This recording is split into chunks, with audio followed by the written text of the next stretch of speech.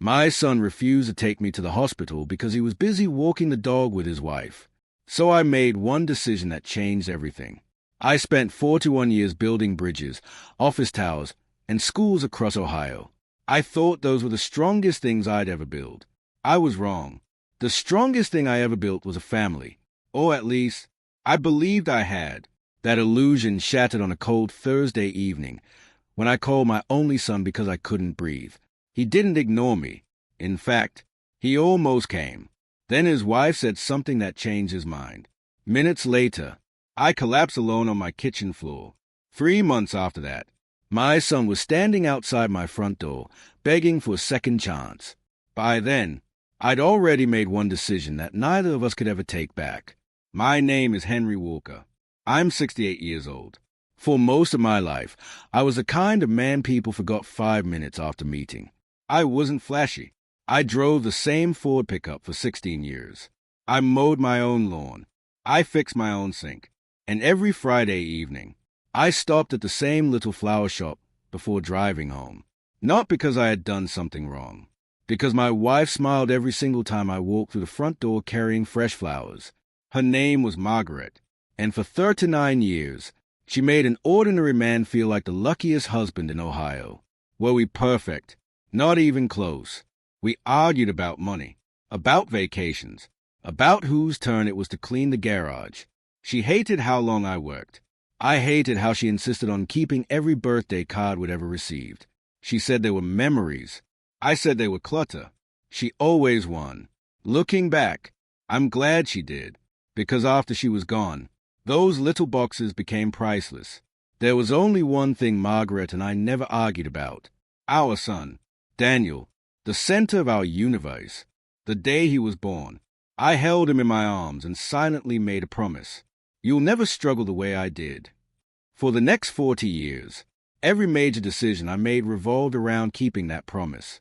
When Daniel was accepted into Ohio State University, he earned a partial scholarship. It paid for most of his tuition.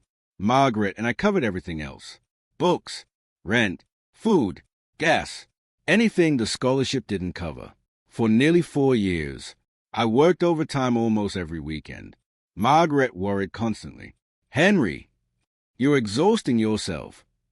I'd smile, kiss her forehead, and give her the same answer every single time. One day it'll all be worth it. The day Daniel graduated with honors, he hugged me so tightly I thought my ribs might crack. I'll never forget everything you've done for me, Dad.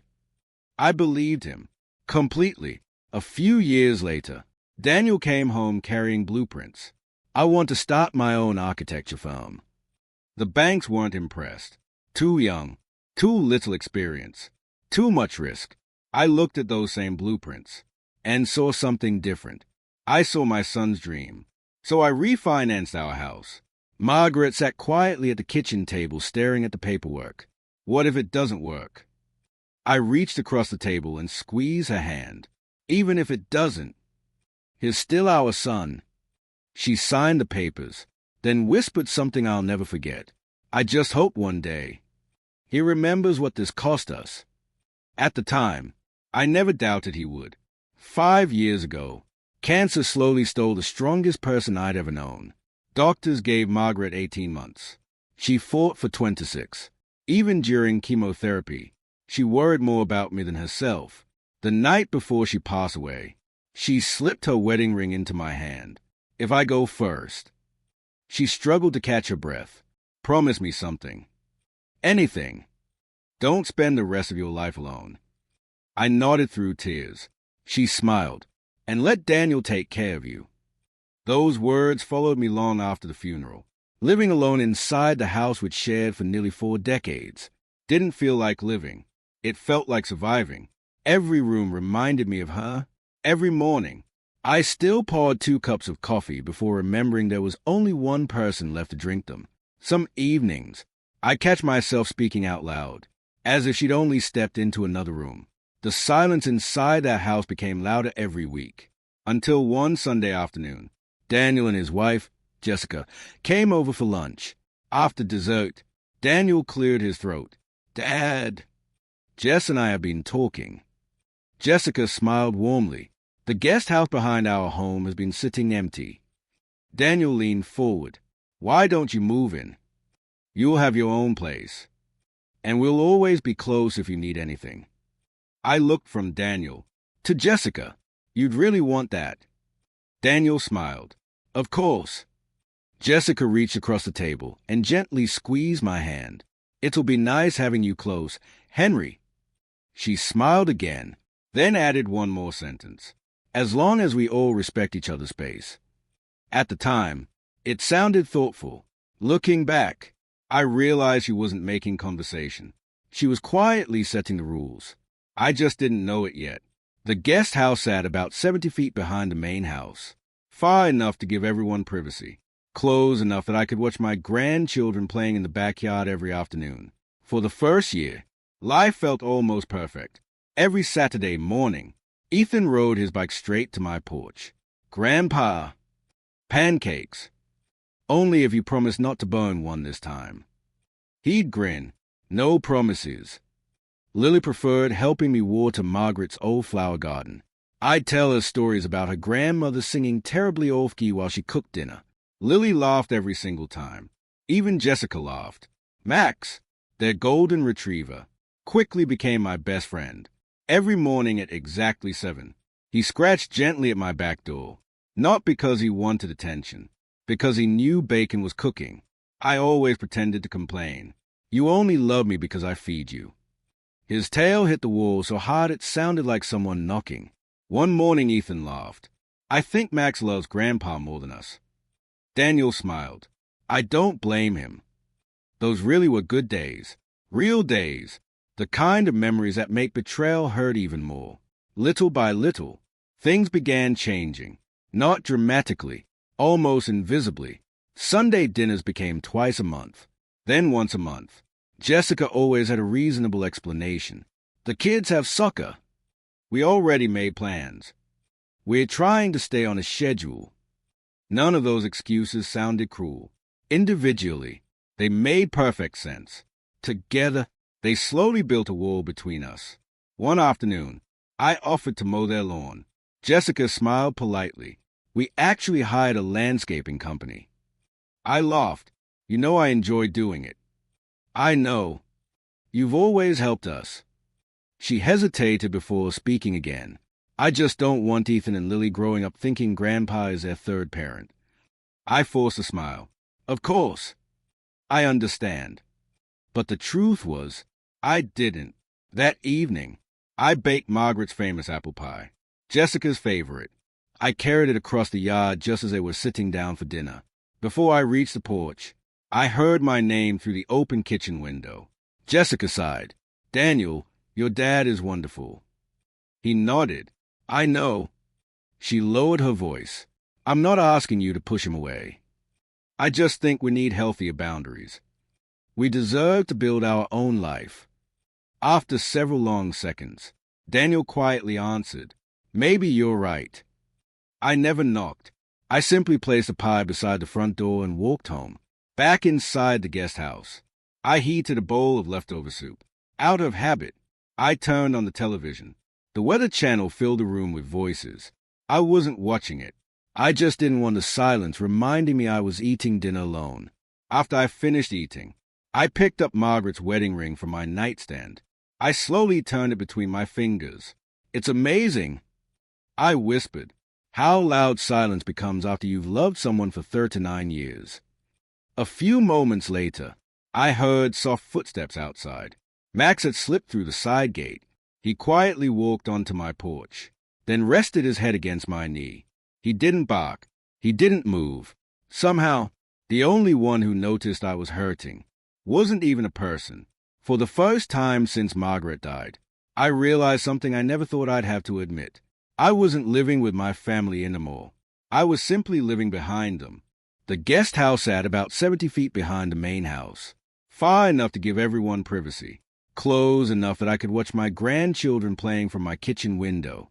The first year felt almost perfect. Every Saturday morning, Ethan rode his bike straight to my porch. Grandpa, pancakes. Only if you promise not to burn one this time. He'd grin. No promises. Lily preferred helping me water Margaret's old flower garden. I'd tell her stories about her grandmother singing terribly off-key while she cooked dinner. Lily laughed every single time. Even Jessica laughed. Max, their golden retriever, quickly became my best friend. Every morning at exactly 7, he'd scratch gently at my back door, not because he wanted attention, because he knew bacon was cooking. I always pretended to complain. You only love me because I feed you. His tail hit the wall so hard it sounded like someone knocking. One morning Ethan laughed. I think Max loves Grandpa more than us. Daniel smiled. I don't blame him. Those really were good days. Real days. The kind of memories that make betrayal hurt even more. Little by little, things began changing. Not dramatically, almost invisibly. Sunday dinners became twice a month, then once a month. Jessica always had a reasonable explanation. The kids have soccer. We already made plans. We're trying to stay on a schedule. None of those excuses sounded cruel. Individually, they made perfect sense. Together, they slowly built a wall between us. One afternoon, I offered to mow their lawn. Jessica smiled politely. We actually hired a landscaping company. I laughed. You know I enjoy doing it. I know. You've always helped us. She hesitated before speaking again. I just don't want Ethan and Lily growing up thinking Grandpa is their third parent. I forced a smile. Of course. I understand. But the truth was, I didn't. That evening, I baked Margaret's famous apple pie, Jessica's favorite. I carried it across the yard just as they were sitting down for dinner. Before I reached the porch, I heard my name through the open kitchen window. Jessica sighed. Daniel, your dad is wonderful. He nodded. I know. She lowered her voice. I'm not asking you to push him away. I just think we need healthier boundaries. We deserve to build our own life. After several long seconds, Daniel quietly answered, Maybe you're right. I never knocked. I simply placed the pie beside the front door and walked home. Back inside the guest house, I heated a bowl of leftover soup. Out of habit, I turned on the television. The Weather Channel filled the room with voices. I wasn't watching it. I just didn't want the silence reminding me I was eating dinner alone. After I finished eating, I picked up Margaret's wedding ring from my nightstand. I slowly turned it between my fingers. It's amazing, I whispered. How loud silence becomes after you've loved someone for 39 years. A few moments later, I heard soft footsteps outside. Max had slipped through the side gate. He quietly walked onto my porch, then rested his head against my knee. He didn't bark. He didn't move. Somehow, the only one who noticed I was hurting wasn't even a person. For the first time since Margaret died, I realized something I never thought I'd have to admit. I wasn't living with my family anymore. I was simply living behind them. The following Thursday started like every other day. At 7 o'clock sharp, Max scratched gently at my back door. I opened it before he had a chance to bark. Good morning, buddy. He walked straight to the kitchen and sat beside the stove. You've got bacon radar, don't you? His tail answered for him. After breakfast, I drove Ethan to baseball practice because Daniel had an early meeting with a new client. Thanks, Dad, Daniel said as he climbed into his SUV. I owe you one. I smiled. You don't owe me anything. That's what grandpas are for.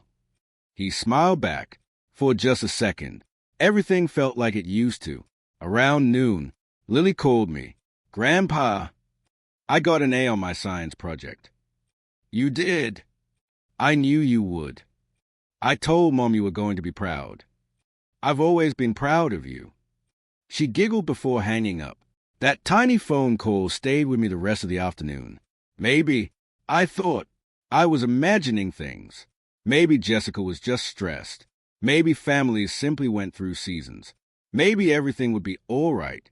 I couldn't have been more wrong. Around 6 that evening, I was washing a coffee mug in my kitchen. Outside, the wind carried the last leaves of autumn across the backyard. The television quietly played in the background, not because I was watching it, because silence had become something I tried to avoid. Then, without warning, a sharp pain exploded across my chest. The mug slipped from my hands and shattered across the tile floor. I grabbed the edge of the counter before my knees gave out. My breathing became shallow. My left arm tingled. Cold sweat rolled down my forehead. I stood perfectly still, waiting for the pain to pass. It didn't. Instead, it grew worse, much worse. I looked toward Margaret's wedding ring resting on the nightstand, then at the old photograph beside it. Daniel, 8 years old, sitting on my shoulders after winning his first Little League championship. I picked up the picture with shaking hands. "You promised you'd always look after me one day." I whispered. "I guess today's the day I find out if you meant it." My phone buzzed in my pocket. 5% battery.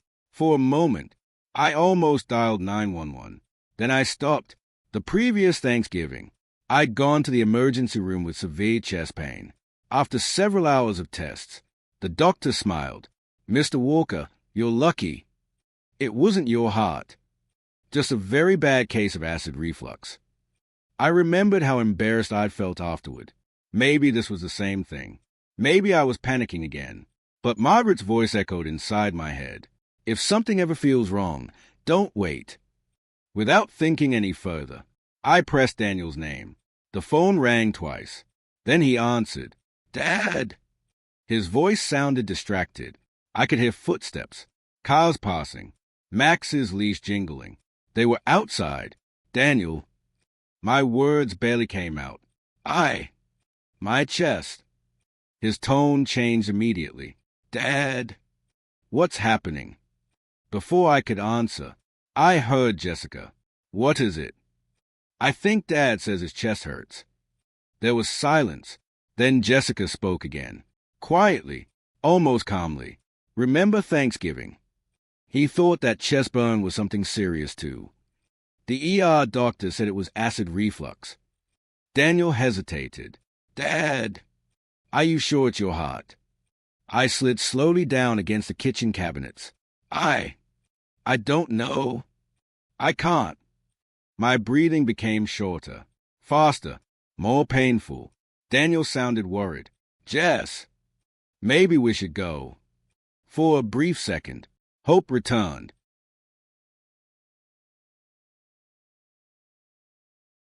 The first thing I heard was a voice, faint, distant.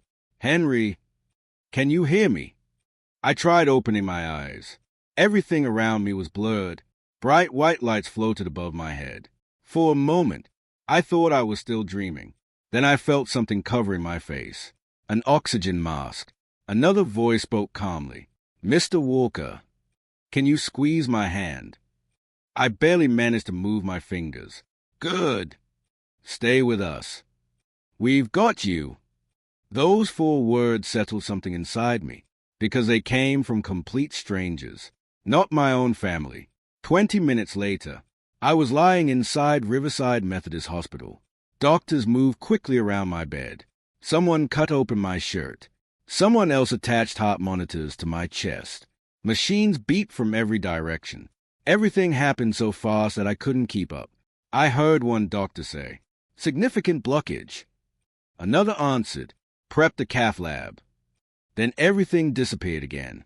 When I opened my eyes a second time, morning sunlight was spilling through the hospital window. The room was quiet except for one steady sound. Beep, beep, beep. The heart monitor. For several minutes, I simply listened. I reached toward the bedside table. Margaret's wedding ring rested inside a small plastic container. A nurse must have placed it there after surgery. I picked it up carefully. The metal still felt warm against my fingers. Suddenly, I heard her voice. "Don't spend the rest of your life alone." 4 years. I believed she meant living by myself. Lying there, listening to that lonely heartbeat echo through the room. I finally understood. A person could live in the middle of a family and still be completely alone. That realization hurt more than the surgery. A gentle knock interrupted my thoughts. Frank Miller stepped into the room. His work boots were still dusty. His eyes looked tired. "There he is." I smiled weakly. "You saved my life." Frank shook his head. "No, Max did." I frowned. Frank nodded toward the window. "He wouldn't leave your door." That's what made me look. Silence filled the room. I looked down at Margaret's ring, then quietly asked, "So?" The dog came. Frank lowered his eyes.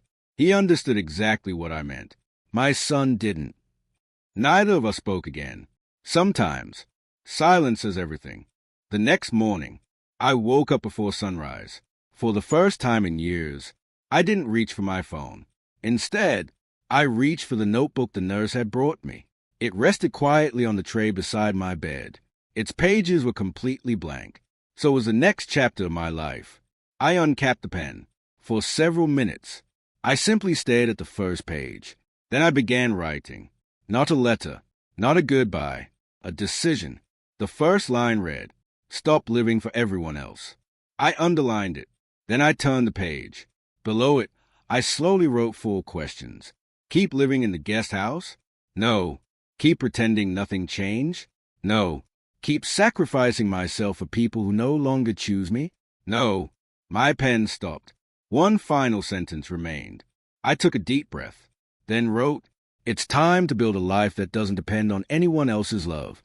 For the first time since my heart attack, my hands stopped shaking. I wasn't making a legal decision. I was making a personal one. And somehow, that felt even bigger. Around 8 that morning, Dr. Emily Carter stopped by during her rounds. She noticed the notebook, planning something. I smiled, trying to. She finished checking my chart. "Your heart is healing." She looked directly at me. "Now make sure the rest of your life does the same." After she left, I read those words twice. Maybe healing wasn't just physical. Maybe it was learning when to stop breaking your own heart. Around lunchtime, Frank stopped by carrying a paper bag. I brought lunch. Hospital food deserves its own warning label. I laughed. It felt strange. I'd almost forgotten what laughing sounded like. We ate quietly for a while. Eventually I asked, "Frank, do you think I failed somewhere?" He looked at me for only a second before answering. "No, you loved your family."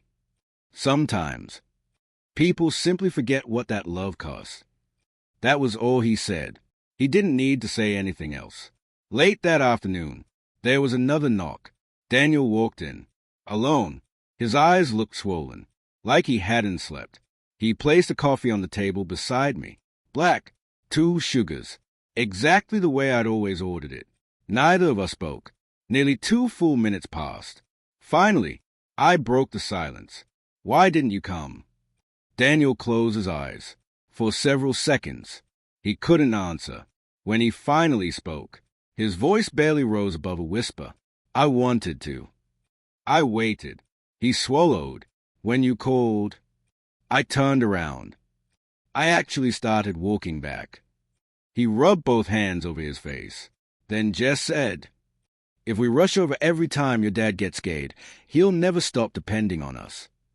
He looked down, and I wanted to believe she was right, because believing her was easier than believing you were dying. Silence filled the room again. Daniel's eyes never left the floor. I replayed that moment over and over.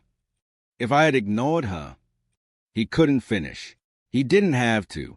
The rest of the sentence was written across his face. His eyes drifted toward the notebook. "What's that?" "My future." He looked confused. "What do you mean?" I slowly turned the notebook around. He could only see one page. The words were simple. "Stop living for everyone else." Daniel stared at them for a long time. His shoulders dropped. He understood. I wasn't talking about my heart. I was talking about my life. He quietly handed the notebook back. "I don't know how to fix this." I answered honestly. "I don't think either of us knows yet." He nodded. There was no argument, no excuses, no dramatic apology, only regret, real regret. As he reached the door, he finally spoke again. "I'll come back tomorrow." After he left, I looked down at the notebook once more. The next page was still blank. Not for long, because tomorrow I wasn't going to write another promise. I was going to write a plan. And for the first time in years, that plan didn't revolve around my son.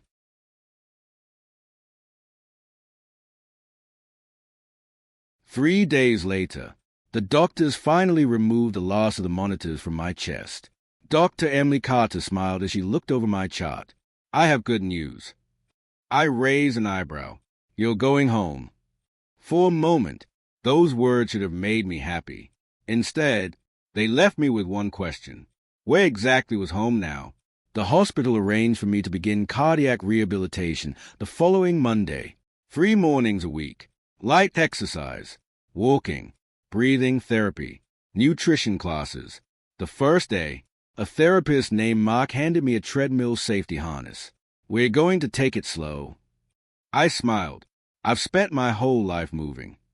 He smiled back. Then learning to slow down might be the hardest part. He was right. 5 minutes of walking left me exhausted. Every heartbeat reminded me how close I had come to losing everything. Not because my heart was weak, because I'd ignored it for far too long. Every session ended the same way. Mark asked, "How are you feeling today?" The first week, my answer never changed. Tired. The second week, it became better. By the third week, I surprised myself, hopeful. For the first time in years, I wasn't simply surviving another day. I was slowly building a new one. Daniel came to every rehabilitation session. He never asked to walk beside me. He never tried to force a conversation. He simply sat quietly in the waiting room with a book he never actually read. Sometimes, I'd catch him watching through the glass window. Every time I looked back, he quickly looked away. His guilt didn't need words anymore. It was written across his face. Jessica came only once. She stood near the reception desk while Daniel signed paperwork. When our eyes met, she forced a small smile. "How are you feeling?" "Better." "I'm glad." Silence followed. She looked around awkwardly before speaking again. "The kids miss you." I nodded politely. I missed them too. She waited, almost expecting me to say something else. I didn't. For the first time since we'd met, the conversation ended because I chose not to keep it alive. As she walked away, I heard her quietly say to Daniel, "He's different." Daniel answered without looking at her, "Yeah, he is." The following Friday, I was discharged from rehabilitation early. Daniel waited beside his truck. "I'll drive you home." I looked at him for several seconds, then quietly asked, "Home?" He looked confused. "The guest house?" I slowly shook my head. "No." For the first time, the answer came without hesitation. "I'm not going back." Daniel's expression changed. "What do you mean?" "I mean exactly what I said. I need a place where every morning doesn't remind me of the night I almost died." He opened his mouth, then closed it again. There wasn't an argument to make, because deep down, he knew I was right. That afternoon, Frank drove me across town. We looked at 3 furnished apartments. The first felt cold. The second was too expensive. The third overlooked a small public park. Children laughed outside. An elderly couple walked hand in hand beneath the trees. The apartment wasn't fancy. It wasn't large. But when I stood beside the living room window, something inside me became quiet. "I'll take it." Frank smiled. "You sure?" I nodded. For the first time in a long time. I'm choosing a place because it feels right for me, not because it was convenient for someone else. The apartment contained almost nothing. 1 bedroom, 1 couch, 1 dining table, 1 lamp, 1 empty bookshelf. That first evening, I unpacked exactly 3 things: a framed photograph of Margaret, her wedding ring, and the notebook. I placed all 3 on the kitchen table. Then I stood there for several minutes. The room felt unfamiliar, but it didn't feel lonely. There was a difference. 4 years, I confused being close to people with being cared for by them. They weren't the same thing. A gentle knock came at the door. When I opened it, Max burst inside before Frank could even say hello.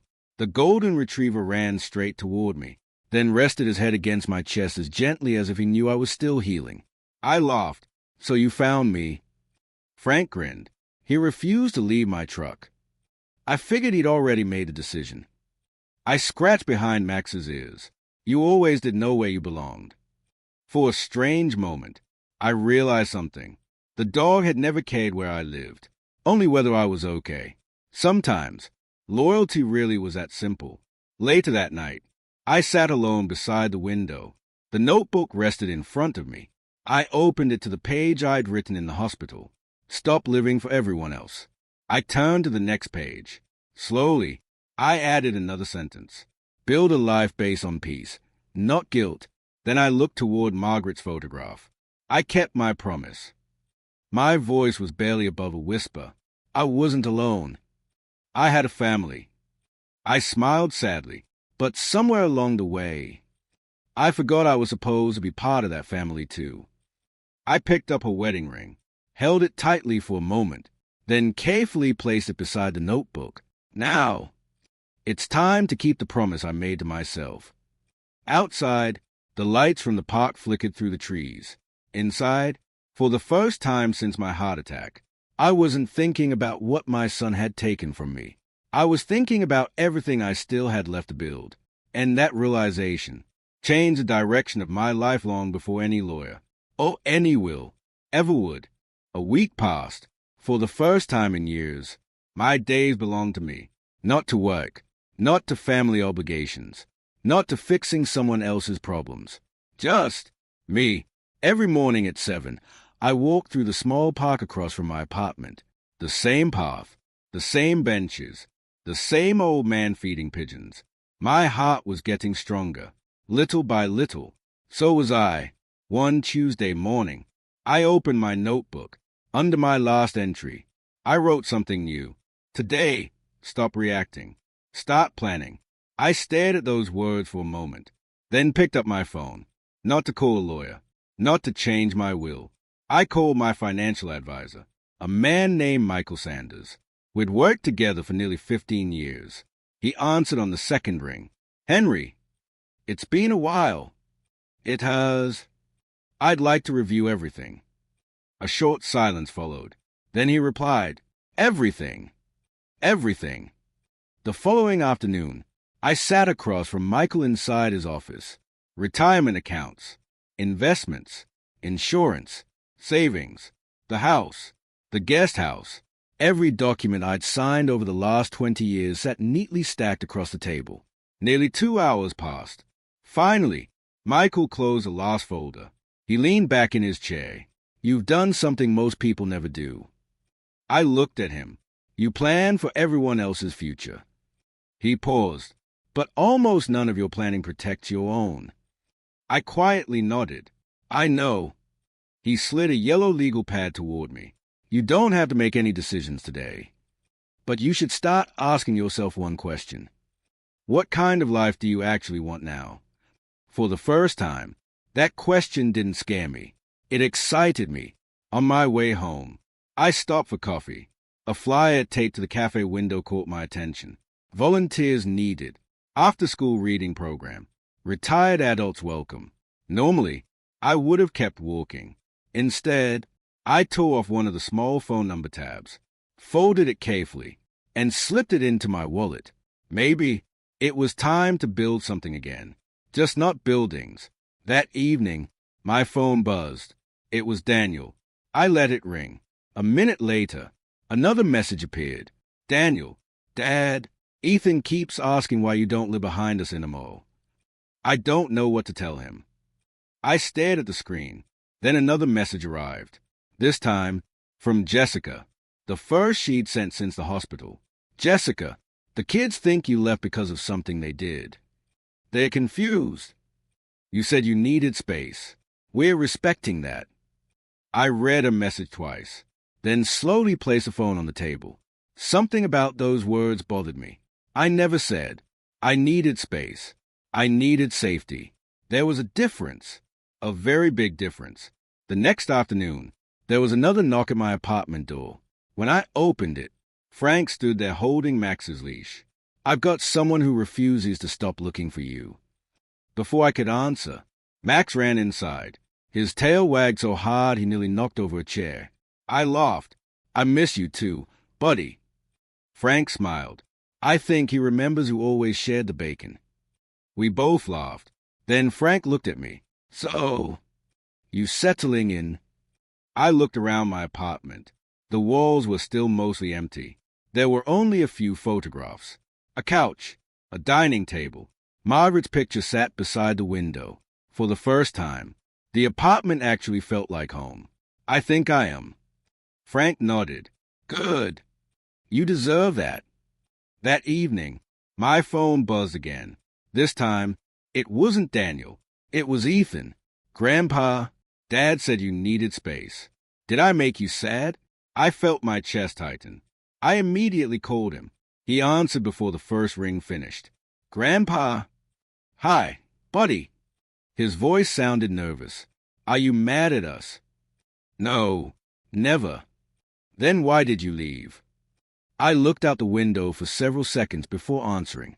Do you remember when you broke your arm riding your bike? Yeah. What did the doctor tell you?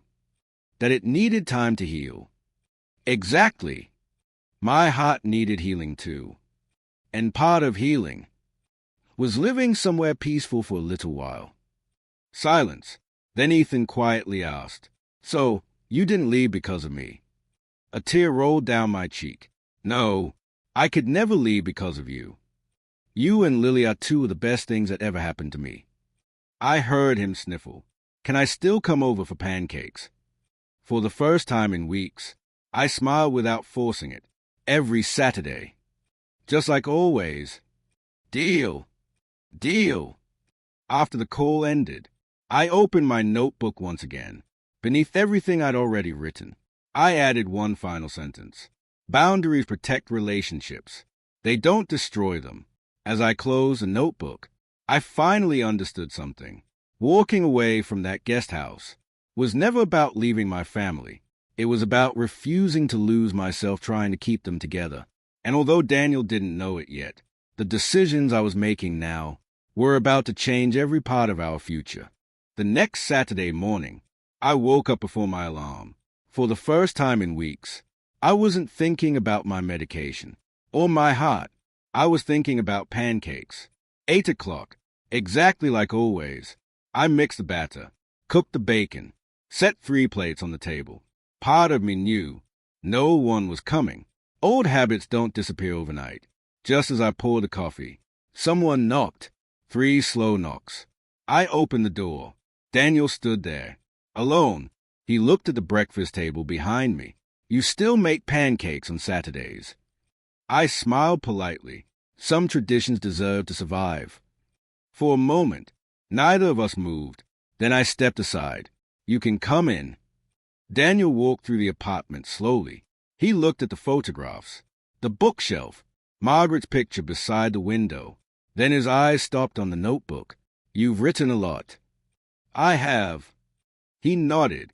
I wish I'd asked what was inside sooner. I poured him a cup of coffee. Neither of us touched it. Finally, he spoke. Just told the kids that you needed space. I know. They think you left because life got too crowded. I looked out the window. That's not why I left. Daniel lowered his head. I know. No. I said quietly, I don't think you do.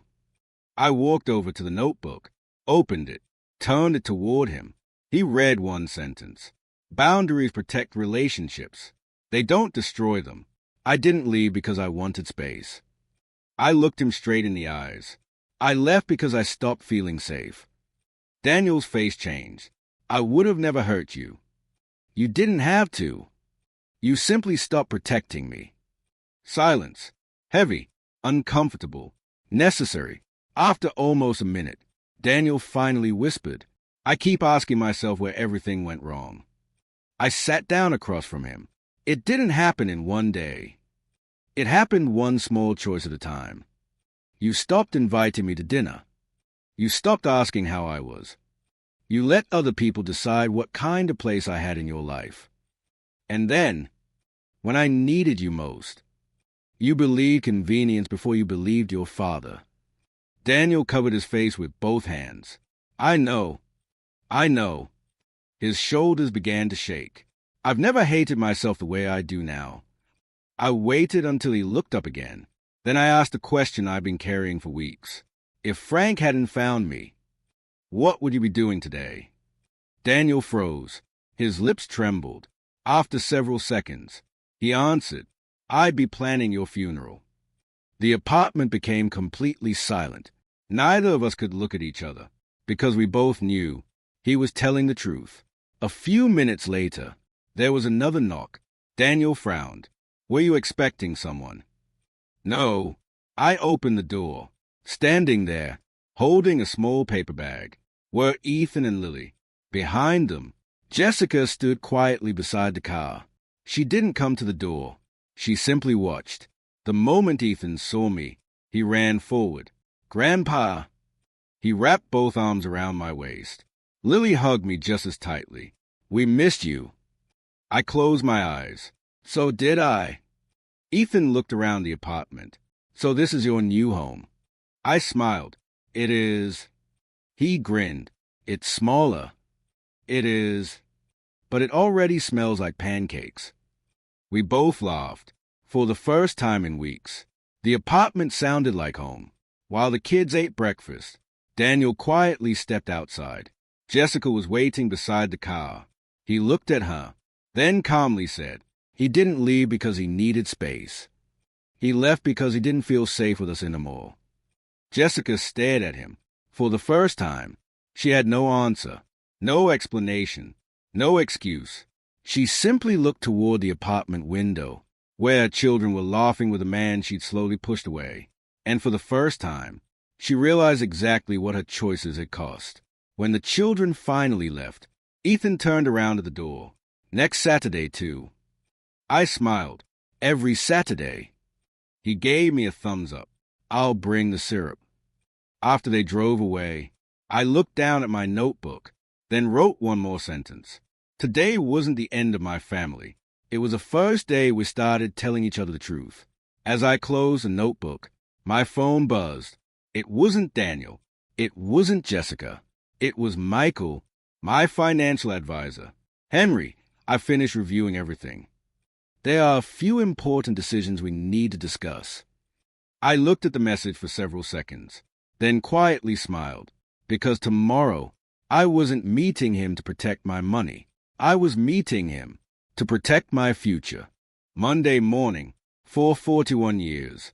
Mondays had always meant work, blueprints, deadlines, construction sites. This Monday meant something different. It meant starting over. At exactly 10 o'clock, I walked into Michael Sanders' office. He'd been my financial advisor for nearly 15 years. We'd met dozens of times before, usually to discuss retirement, investments, taxes. This meeting felt different. He stood up and shook my hand. It's good to see you standing. I smiled. It's good to be standing. He waited until we were both seated, then closed the office door. I reviewed everything. Your retirement accounts, your investments, the house, the insurance policies, the business loan you guaranteed for Daniel years ago. I nodded. I remember every signature. Michael looked at me carefully. No, I don't think you do. He opened a thick folder. Most people spend their lives building wealth. You spent yours building security. For everyone else. His words landed harder than I expected. He slid one document across the desk.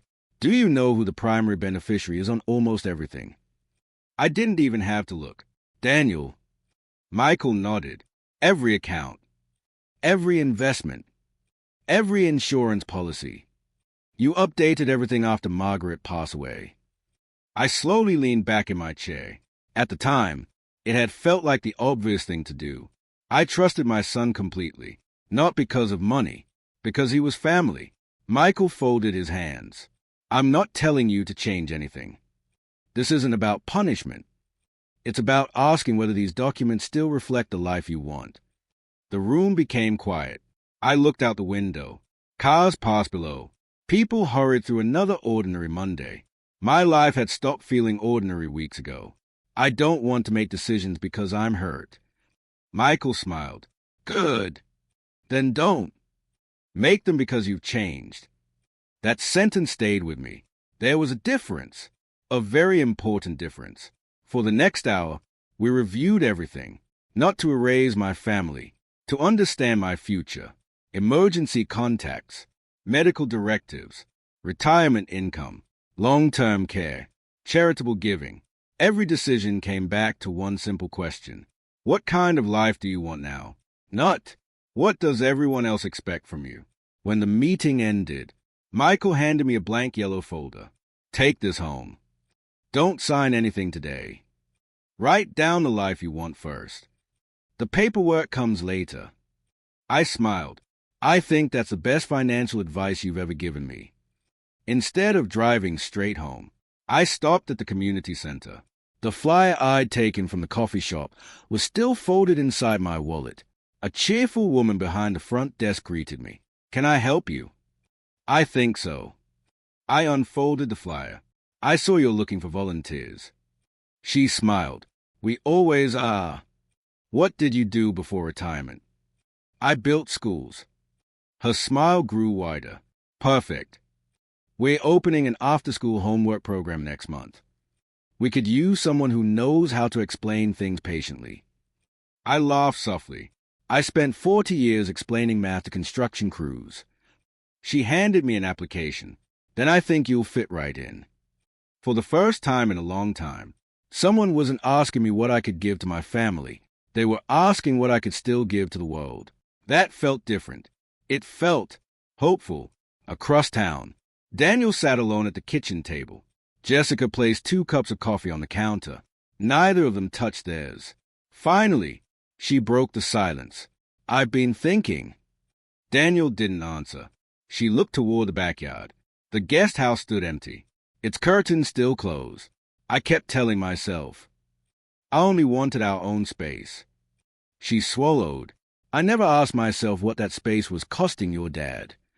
Daniel looked at her for the first time. I should have protected him. Jessica nodded slowly. So should I. It wasn't a dramatic confession. It wasn't an excuse. It was simply the first honest thing either of them had admitted in weeks. Outside, the empty guest house looked smaller than either of them remembered. Not because the building had changed, because the man who had filled it with life was gone. That evening, I sat at my apartment table. Margaret's photograph rested beside my notebook. I opened the yellow folder Michael had given me. Inside was a blank sheet of paper. Across the top, I didn't write assets. I didn't write estate plan. Instead, I wrote one simple title, The Life I Still Want to Live. Underneath it, I made a list. Volunteer every Wednesday. Take Ethan fishing next spring. Teach Lily how to grow Margaret's roses. Travel to Maine. Read more. Laugh more. Stop apologizing for taking up space.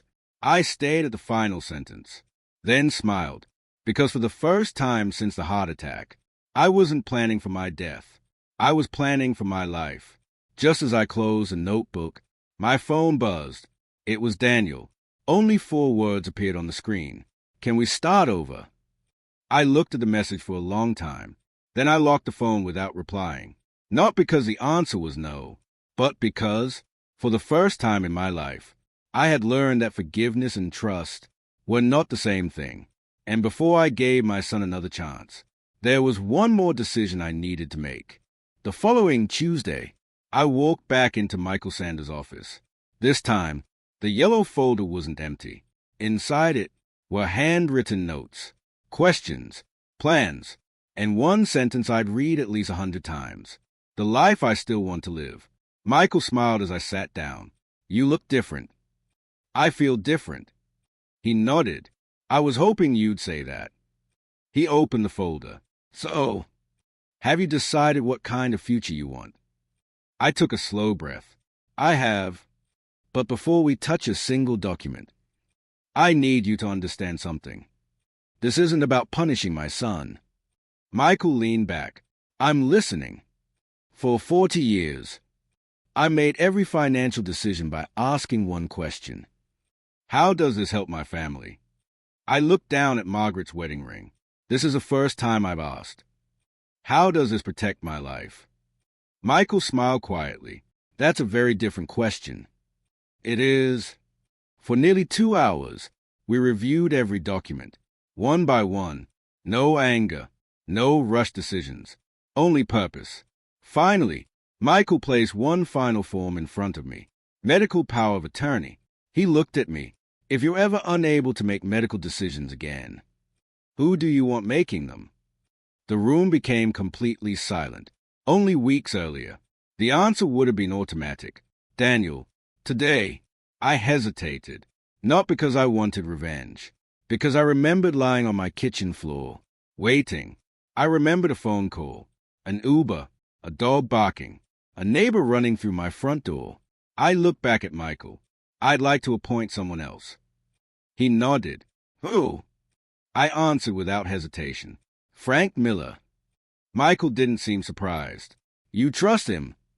I smiled sadly. He already proved he'd make the right decision when my life depended on it. Michael filled in the paperwork. I signed my name. Slowly, carefully, when the pen left the paper.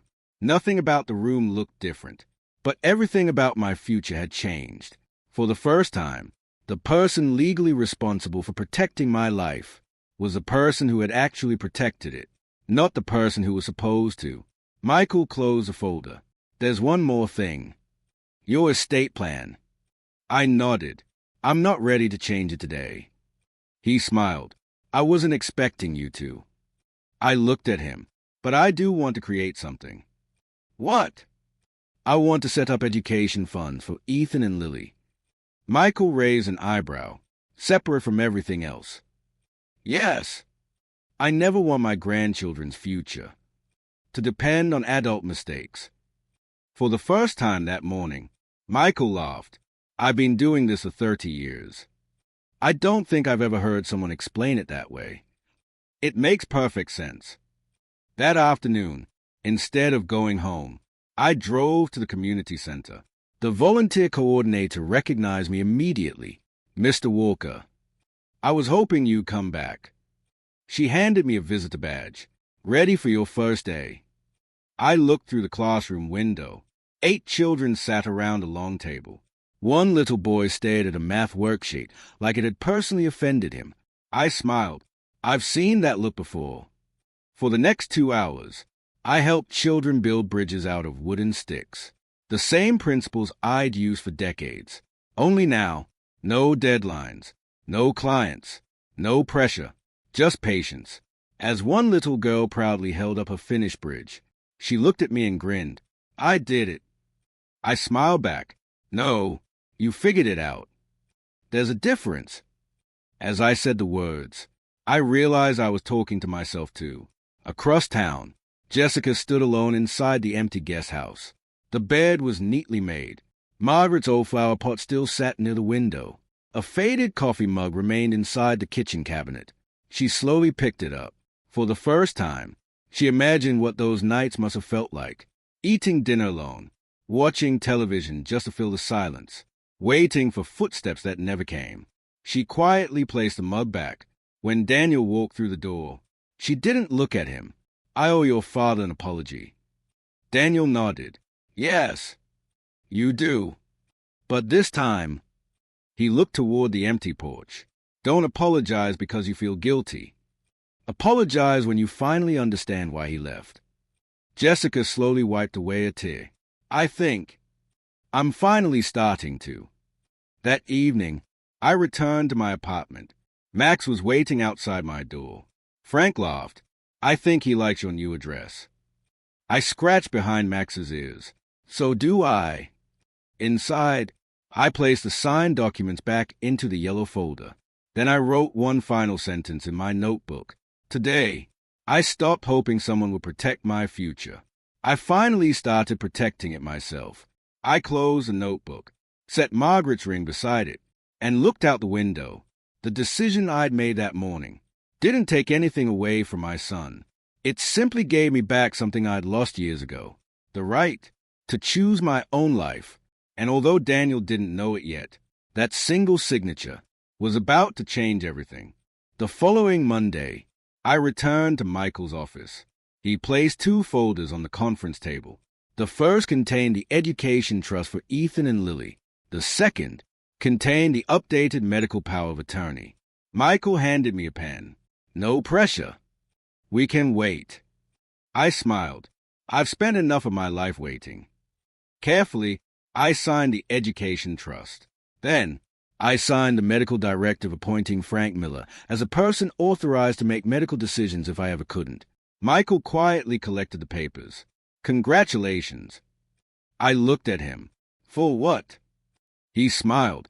For making decisions based on wisdom, instead of fear. That afternoon, Frank knocked on my apartment door. I got something in the mail. He held up a large envelope. Across the front, my attorney's office logo. He opened it. Inside was a single letter confirming he had officially been appointed my medical power of attorney. Frank looked at me. You really did this? I nodded. I did. He looked down at the paper again. I never expected this. I smiled. Neither did I. But when my life depended on someone making the right choice, you already proved who that person was. Frank didn't say anything. He simply folded the letter, then quietly hugged me. It was the first hug I'd received since Margaret died. That didn't feel like someone was asking me for forgiveness. It felt like someone accepting responsibility. That evening, my phone buzzed. It was Daniel. Dad, Michael called. He said there are some documents I should know about. I understand why you made them. It hurts, but I understand. I read the message twice. Then I typed my first reply in weeks. Understanding is where healing begins. I pressed send, not because everything was fixed, not because trust had returned, but because, for the first time, both of us were finally living with the consequences of one decision. The night my son chose not to come changed my heart. The decision I made afterward changed my life. And in the end, that wasn't revenge. It was freedom.